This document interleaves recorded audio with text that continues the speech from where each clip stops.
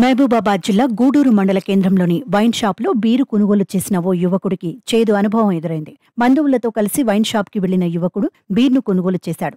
తాగుదామని బీర్ను తీసుకెళ్లి చూడగా ఆ బీరు సీసాలో ఏదో చెత్త ఉన్నట్టు గమనించాడు.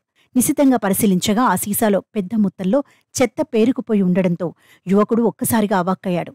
ఇక ఏం చేయాలో తెలియక ఆ బీరు బాటిల్ని మళ్లీ షాపు నిర్వాహకుడికి తిరిగి ఇవ్వగా తన వద్ద ఉన్న బీరు సీసాను తీసుకుని మరొక బీరు బాటిల్ను గోప్యంగా ఇవ్వాలని చూశాడు. అయితే ఈ వ్యర్థాలను గమనించకుండా బీర్ను తాగితే తమ పరిస్థితి ఏంటని ఆ యువకుడు షాప్ నిర్వాహకుడిని నిలదీశాడు.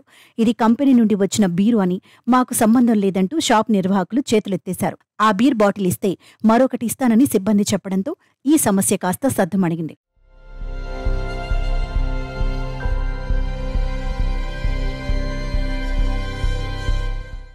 అయితే గతంలోనూ ఇటువంటి ఘటనలు చాలా చోటు చేసుకున్నాయి. బీర్ బాటిళ్లలో చెత్తా చెదారం, వింత వస్తువులు, చనిపోయిన కీటకాలు వంటివి రావటం జరిగాయి.